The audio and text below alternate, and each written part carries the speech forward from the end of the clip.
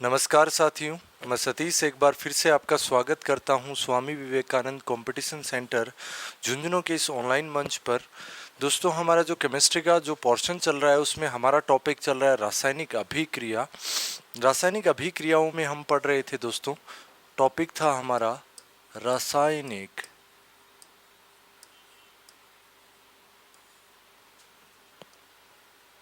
अभिक्रिया यानी chemical reaction. उसमें हम बहुत सारी रासायनिक अभिक्रियाओं में के बारे में जान चुके हैं दोस्तों। अभी हम जो नेक्स्ट इसमें रहती हैं उसके बारे में हम बात करने वाले हैं। आज हम बात करेंगे दोस्तों दो अभिक्रियाओं के बारे में। एक है आपकी उत्क्रमणीय अभिक्रिया। सबसे पहली है उत्क्रमणीय अभिक्रिया।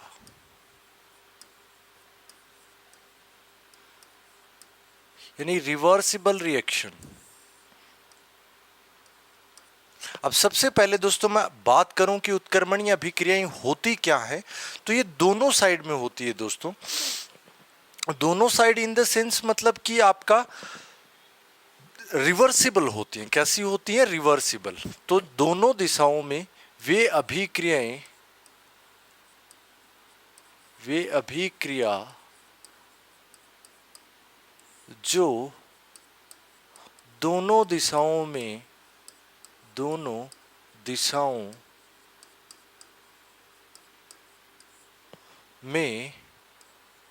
होती, दोनों दिशाओं में होती। यानी कैसी होती हैं दोस्तों? रिवर्सिबल होती हैं। जैसे कि आप समझ लीजिए एक प्रकार का भौतिक परिवर्तन। यानी भौतिक परिवर्तन कैसे होते हैं दोस्तों? रिवर्सिबल होते हैं। जैसे आप बर्फ से पानी बना सकते हैं, वैसे ही पानी को फ्रीज करके फिर से क्या बना सकते हैं दोस्तों? बर्फ बना सकते हैं। तो सेम चीज है बेटा, यहाँ पर क्या होगा? उत्क्रमणीय अभिक्रियाएं, तो वे अभिक्रियाएं जो दोनों दिशाओं में होती हैं उत्क्रमणीय अभिक्रियाएं कहलाती हैं। अगर एग्जाम्पल की बात करूं दोस्तों, तो एग्जाम्पल क्या है? हेबर प्रक्रम। देखो हेबर विधि आपको पता है। हेबर प्रक्रम द्वारा नाइट्रोजन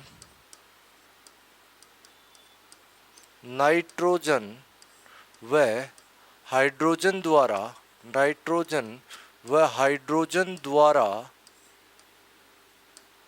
अमोनिया का निर्माण।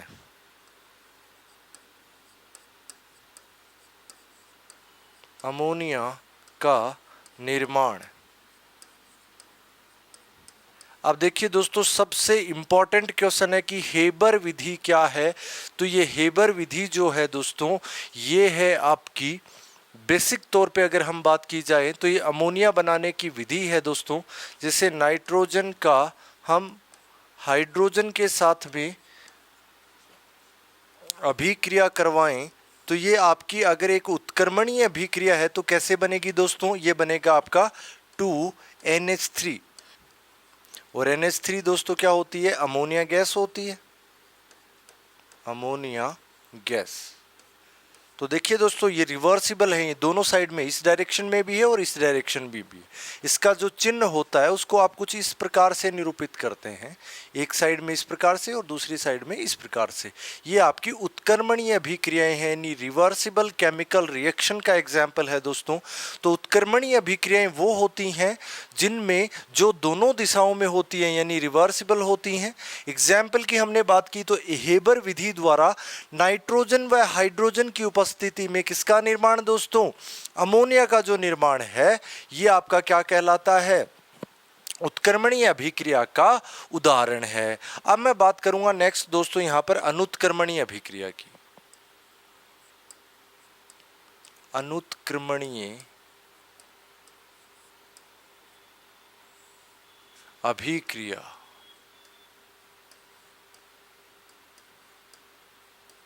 अब अनुत्क्रमणीय अभिक्रियाएं दोस्तों क्या होती हैं? यहाँ पे हम देखेंगे जो एक ही साइड में होती है, जो क्या हो? एक ही दिशा में हो, तो वो क्या कहलाती हैं? अनुत्क्रमणीय। यानी ये उत्क्रमणीय नहीं होती हैं, रिवर्सिबल नहीं होती हैं, सिर्फ क्या होती हैं? इरिवर्सिबल होती हैं दोस्तों। जैसे कि कोई रासायनिक परिवर्तन का हम एग्जाम्पल लें। जैसे कि आप मान लीजिए किसी कागज को जला रहे हैं, तो आपने कागज को जला दिया, जलाने के बाद में कागज से क्या हुआ, राख बन गई। अब राख से आप फिर से कागज नहीं बना सकते दोस्तों, ये इरिवर्सिबल प्रोसेस है। तो सेम चीज जो अनुत्क्रमणीय अभिक्रियाएं, ये सिर्फ एक ही दिशा में संपन्न होती हैं। ये अभिक्रियाएं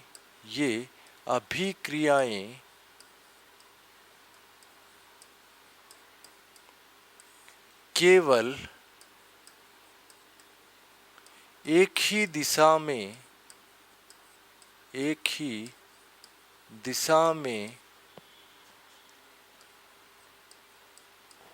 होती है, एक ही दिशा में होती हैं।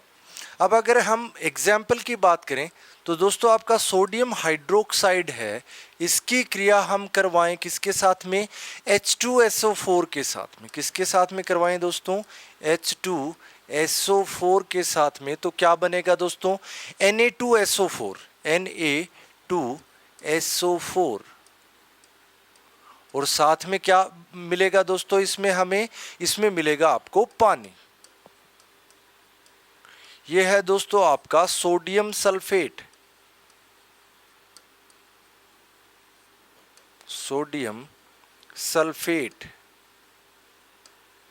तो याद रखिए दोस्तों, सोडियम हाइड्रोक्साइड द्वारा अगर जल की उपस्थिति में आप सोडियम सल्फेट का निर्माण करते हैं तो ये किसका एग्जाम्पल है दोस्तों, ये एग्जाम्पल होगा अनुत्क्रमणीय अभिक्रिया का, यानी ऐसी अभिक्रिया जो क्या है दोस्तों, इरिवर्सिबल है।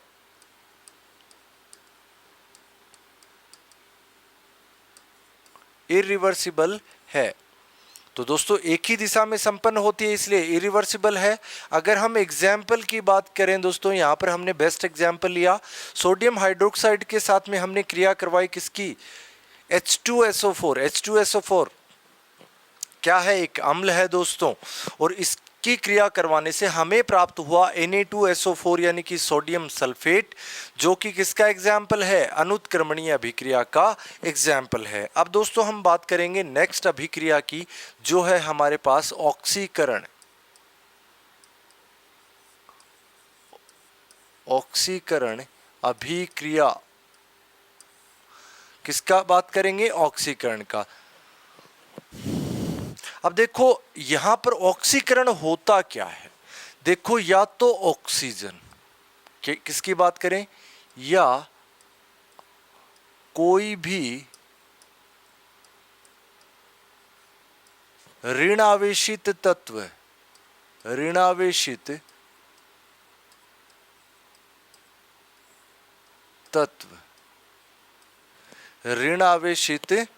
तत्व क्या करे दोस्तों, ग्रहण हो, तत्व का या तत्व को ग्रहण करे।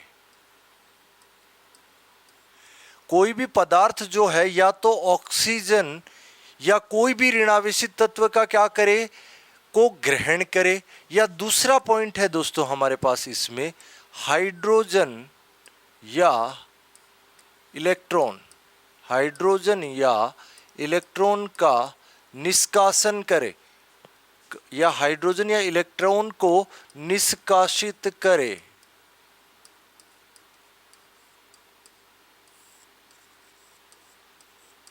ध्यान से समझिए दोस्तों इसको, बहुत ही आसान शब्दों में अगर मैं बात करूं यहां पर, तो बहुत इजी वे में बात करेंगे।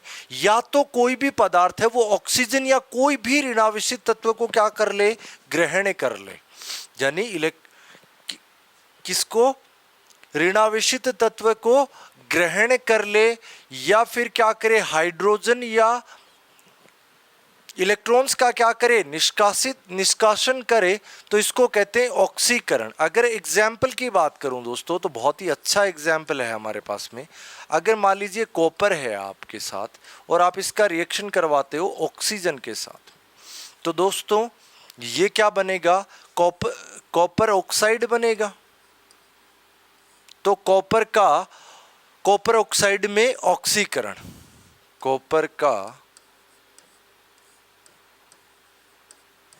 कॉपर ऑक्साइड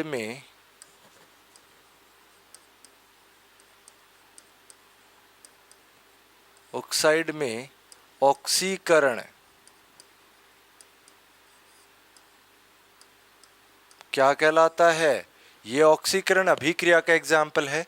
तो दोस्तों ये होती है आपकी ऑक्सीडेशन, या तो कोई भी तत्व ऑक्सीजन का क्या करे, ऑक्सीजन को या कोई भी ऋणावेशित तत्व को ग्रहण करे, तो ये आपका ऑक्सीकरण अभिक्रिया है। अगर मैं बात करूं दोस्तों अपचयन की, किसकी बात करेंगे हम? अपचयन की।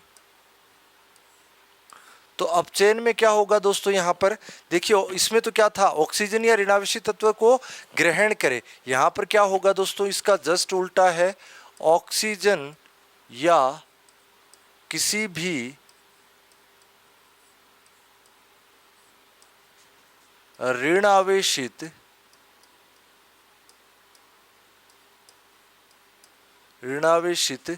तत्व को निष्कासित करे, तत्व को निष्कासित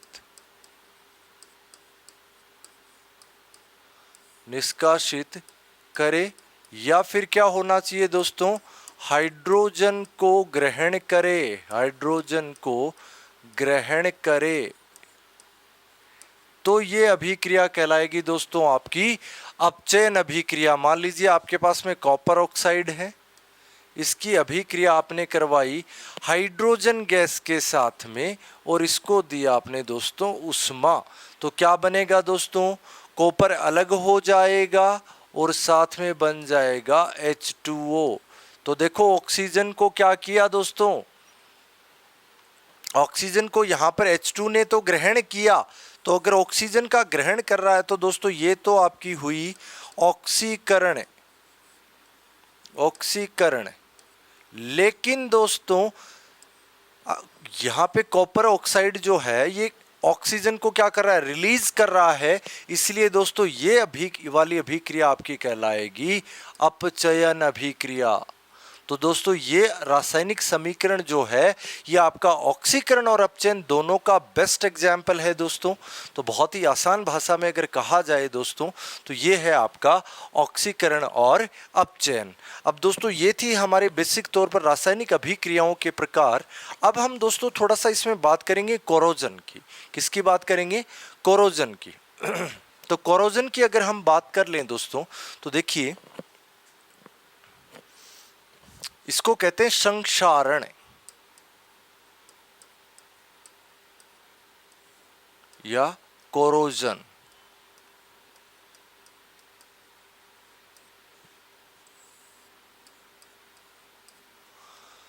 तो देखिए दोस्तों संक्षारण या कोरोजन क्या होता है? वायुमंडल में धातु को खुला छोड़ने पर सतह पर ऑक्साइड या सल्फाइड, जो ऑक्साइड या अन्य लवणों का क्या है, परत अगर जम जाती है तो उसका यही क्या कहलाता है? संक्षारण कहलाता है। तो दोस्तों क्या होता है?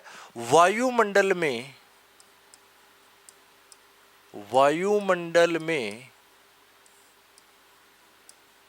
किसी धातु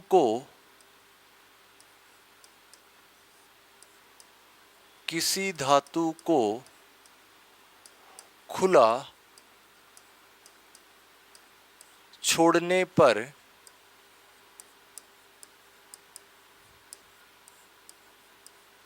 किसी भी धातु को आप अगर खुला छोड़ें तो इसकी सतह पर ऑक्साइड या अन्य लवणों के बनने की प्रक्रिया, तो इसकी सतह पर छोड़ने पर इसकी सतह पर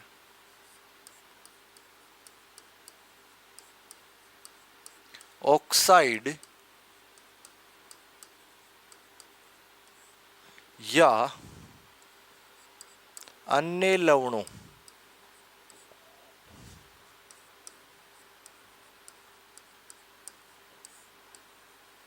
के बनने की प्रक्रिया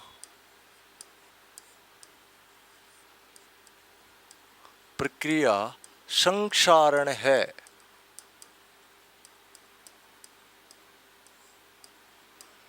देखिए किसी भी मेटल को आप खुला छोड़ दें, जैसे हम लोहे को खुला छोड़ देते हैं दोस्तों, बाहर रख देते हैं, कुछ दिनों बाद में लोहे पे जंग लग जाता है, रस्ट लग जाता है, तो ये किसका एग्जाम्पल है? संक्षारण या कोरोजन का एग्जाम्पल है। अगर आप पीतल को खुला छोड़ देते हैं तो उसके ऊपर क्या है? हरे कलर की एक काई जैसा कुछ जम जाता है। चांदी को अगर आप खुला छोड़ते हैं तो ये काला पड़ जाता है। तो दोस्तों यहाँ पे सबसे पहले हम देखेंगे एग्जाम्पल लोहे का। तो अगर हम फेरस की यानी अभिक्रिया किसके साथ में करवाएं, ऑक्सीजन के साथ में करवाएं जो कि एक गैस है, और इसके साथ में हम लेंगे दोस्तों H2O, यानी कि नमी होनी चाहिए मौजूद इसमें, और H2O क्या है, लिक्विड है। अब इसके हमने X मॉलिक्यूल ले लिए मान लीजिए, तो आपका बनेगा Fe, क्या बनेगा दोस्तों, फेरस, Fe2O3 H2O, ये क्या बनेगा दोस्तों, हाइड्रेटेड फेरिक ऑक्साइड। तो ये है आपका जंग, ये क्या है कहलाता है दोस्तों, आपका जंग कहलाता है, यानी हाइड्रेटेड फेरिक ऑक्साइड, जिसको आप जंग कहते हैं दोस्तों। तो ये आपका जंग लगने की जो प्रक्रिया है, ये किसका उदाहरण है, कोरोजन या संक्षारण का उदाहरण है। अगर आप मान लीजिए अभिक्रिया करवाते हैं दोस्तों कॉपर की, किसकी अभिक्रिया करवाते हैं, कॉपर की अभिक्रिया करवाते हैं, किसकी उपस्थिति में, कार्बन डाइऑक्साइड की उपस्थिति में, जो कि एक गैस है, और इसके साथ में क्या मौजूद रहेगा दोस्तों, वही आपका H2O मौजूद रहेगा, यानी लिक्विड है दोस्तों। क्या बनेगा, बनेगा दोस्तों CuSO3, ये बनेगा दोस्तों CuSO3.Cu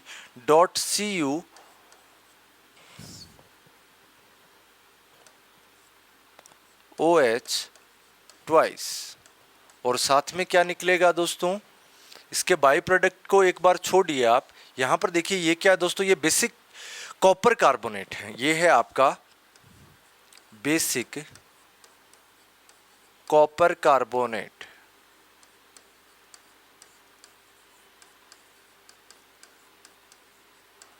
और इसका कलर कैसा होता है दोस्तों, हरा होता है, हरे रंग का। कॉपर पे कैसा रंग, कैसी किस प्रकार की जम जाती है, हरे कलर की जम जाती है, एक परत जम जाती है। तो दोस्तों ये भी किसका एग्जाम्पल है, ये भी आपका संक्षारण का एग्जाम्पल है। अगर मान लीजिए नेक्स्ट हम देखते हैं चांदी की, तो चांदी की अगर हम अभिक्रिया करवाएं दोस्तों, चांदी को हम निरूपित करते हैं Ag से, और इसको हाइड्रोजन सल्फाइड के साथ में इसकी अभिक्रिया करवाएं, तो क्या बनेगा, हाइड्रोजन सल्फाइड है दोस्तों, ये आपकी हाइड्रोजन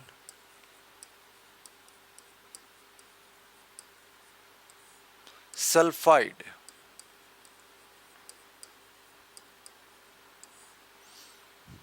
इसके साथ में अगर अभिक्रिया करवाएं तो क्या बनेगा दोस्तों, Ag2S बनेगा, और साथ में बनेगी हाइड्रोजन गैस,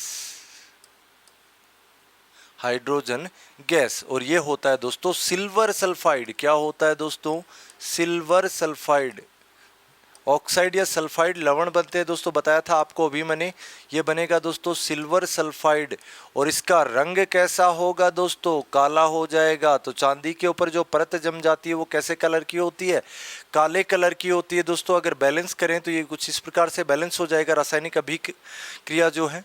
अभी देखिए Ag2 है, यहाँ पर भी Ag2 है, सल्फाइड एक है, यहाँ पे भी एक है, H2 यहाँ पे भी 2 है, और यहाँ पर भी 2 हैं। तो ये आपका रासायनिक अभिक्रिया जो है ये संतुलित हो गई। तो ये था दोस्तों आपके कोरोजन से जुड़े हुए एग्जाम्पल, यानी कि आपके संक्षारण से। दोस्तों दूसरा हम देखेंगे कि फर्मेंटेशन। फर्मेंटेशन क्या है, फर्मेंटेशन जिसे आप कहते हैं किण्वन, किण्वन की जो प्रक्रिया है इसके बारे में सबसे पहले लुई पास्चर एक साइंटिस्ट हुए जिन्होंने बताया था। अब दोस्तों लुई पास्चर ने बहुत सारी चीज़ों जो बैक्टीरिया है उनकी वजह से, देखो जैसे CH4 मीथेन गैस का निर्माण, देखो दोस्तों मैंने आपको जब वायरस और बैक्टीरिया का एग्जाम्पल बैक्टीरिया के बारे में पढ़ाया था, तो बैक्टीरिया के बारे में एक चीज़ आपको बताई थी कि जो बैक्टीरिया होते हैं वो मिथेनोजेंस होते हैं। मिथेनोजेंस यानी मीथेन का निर्माण करते हैं। मीथेन होती है दोस्तों CH4। तो दोस्तों जो गोबर गैस संयंत्र होता है इसमें बैक्टीरिया इसका किण्वन करके किस गैस का निर्माण करते हैं, CH4 का निर्माण करते हैं। This is the basic example of fermentation, यानी किण्वन का एक बेसिक एग्जाम्पल है। तो किण्वन जो है ये एक प्रकार की ऊष्माक्षेपी अभिक्रियाएं हैं दोस्तों। लेकिन यहाँ पे हम देखेंगे कि बेसिक लाइफ में रासायनिक अभिक्रियाओं का जो अनुप्रयोग है उसमें फर्मेंटेशन जो है वो आपका एक महत्वपूर्ण मुद्दा है। तो फर्मेंटेशन में मेनली जो बैक्टीरिया जो काम आते हैं, इनको कहा जाता है दोस्तों मिथेनोजेंस कहा जाता है। यानी मिथेनोजेंस इसलिए कहा क्योंकि ये मीथेन गैस का निर्माण करते हैं। तो दोस्तों ये थी आपकी रासायनिक अभिक्रियाओं से जुड़ा हुआ जो आपका रीट और फर्स्ट ग्रेड के लिए जो टॉपिक था, जिसमें हमने सभी प्रकार की रासायनिक अभिक्रियाओं को कवर करने की कोशिश यहाँ पे की है दोस्तों। इससे जुड़े हुए जितना भी क्वेश्चन सेशन है वो हम कल नेक्स्ट क्लास में यूट्यूब के ऊपर आपके लिए एक क्वेश्चन सेशन इससे जुड़ा हुआ लेकर आने वाले हैं। इससे जुड़ी हुई कोई भी क्वेरी या कोई भी डाउट आपके दिमाग में आता है दोस्तों तो कमेंट सेक्शन में हमें ज़रूर बताएं। तब तक के लिए थैंक यू वेरी मच।